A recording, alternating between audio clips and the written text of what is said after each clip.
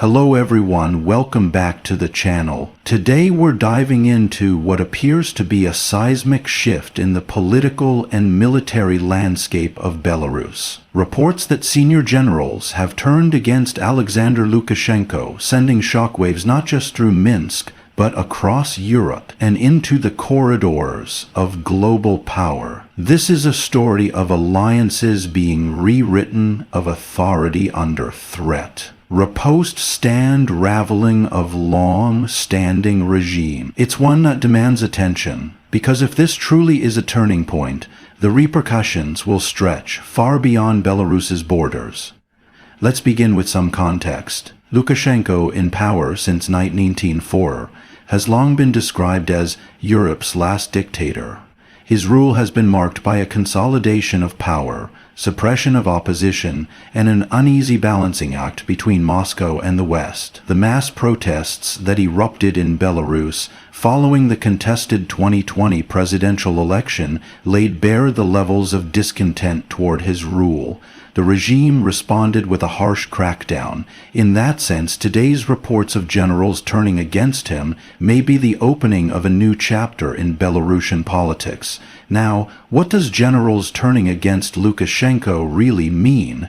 It's worth cautioning that much of the information is still murky. Some of the historic elements point to previously uncovered coup plots. For example, in April 21, Russian security services arrested two Belarusians who allegedly met with opposition-minded Belarusian generals in Moscow to plan the elimination of Poland's top leadership and to seize broadcast censors in Minsk.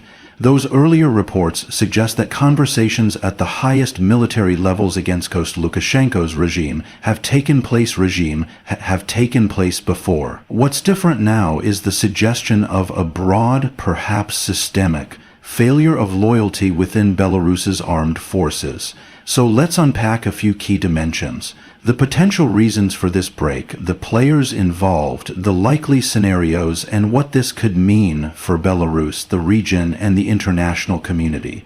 First, reasons why senior military leadership might turn. Over decades, Lukashenko built his rule on a mixture of personal patronage, control over security services, and an alliance with Russia. Yet several pressures have mounted. One is the economic strain. Sanctions, a distorted economy, and the cost of maintaining internal security. Belarus has the external dimension. Belarus has become teachily entwined with Russia's strategic of ambition, especially following Russia's invasion of Ukraine. Some elements of the Belarusian military may resent becoming a staging ground for Russian ambitions, or fear being drawn into a conflict not their own. Then there is the domestic legitimacy dimension. After years of protest, repression, and stagnation, some within the elite may view Lukashenko's rule as untenable or risky to their own futures. Finally, maybe quietly reform who it is officing among officers who see a different path forward for the Tation of their time. There was remessed by thing and word thing their country. Second, the players.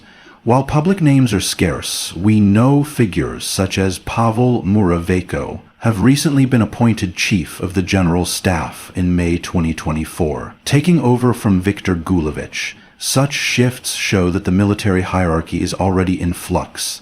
Then there are the opposition actors in exile, such as Valery Saakashvili, who called upon Belarusian forces to refuse participation in Russia's war and envision a new model for the armed war and new model for the armed forces. We can also reasonably assume that Russia, the West, and regional actors like Poland or the Baltic states are watching closely and possibly maneuvering. Third, possible scenarios. One scenario, a soft transition where senior officers quietly withdraw support, forces the regime to negotiate, and a new interim government is formed without large-scale violence. Another, a full-scale coup where the military overthrows Lukashenko, takes control of state institutions, and reinstates order under new leadership. A third, miscalculation leads to chaotic fighting between loyalist forces and rebel factions, risking civil war.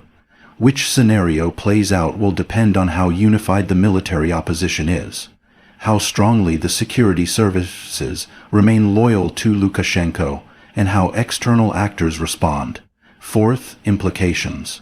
For Belarus internally, it could mean the end of Lukashenko's decades, or at long hold on power, or at least a major shakeup that would open space for reform, accountability, possibly free elections, but also risks of instability, retaliation, and a power vacuum. Regionally, it could weaken the bloc of pro-Russian states, shift Belarus away from being Moscow's junior partner, and force Russia to reconsider its posture. For Europe, it might open opportunities for rapprochement, but also challenge how to handle a transitioning Belarus, how to avoid support, how to avoid chaos. Internationally, the precedent is significant. A military turning on an entrenched autocrat in a post-Soviet space sends ripples through similar regimes. Let's walk through a timeline of relevant preceding events to ground this. In August 2020, the Belarus presidential election triggered massive protests. Belarusians believed the vote was rigged in favor of Lukashenko. The crackdown that followed was brutal and drew condemnation globally. Then in 2021, a coup plot narrative emerged. Russian officials arrested 2 Belarusians accused of meeting with Belarusian generals in Moscow to plot an overthrow. Through 2024, Belarus deepened its military cooperation with Russia, hosted Russian troops, and entered the orbit of the Ukraine conflict. Meanwhile, opposition rallied the word of Spora and rallied the Belarusian diasporas. World abroad, build alternative structures. The appointment of Muravenko in May 24 signals Lukashenko may have been trying to refresh his military leadership, perhaps in anticipation of challenges. Now let's imagine how recent reports of generals turning might unfold in practice. Suppose a sizable group of brigades in key regions, say Minsk, Brest, Grodno, announce they no longer recognize orders from Lukashenko, citing patriotic duty, corruption, or foreign entanglement. Simultaneously, state broadcasters might be seized, internal troops block loyalist reinforcements, and negotiators approach Lukashenko to resign or step aside. In that moment, the role of Russia becomes pivotal.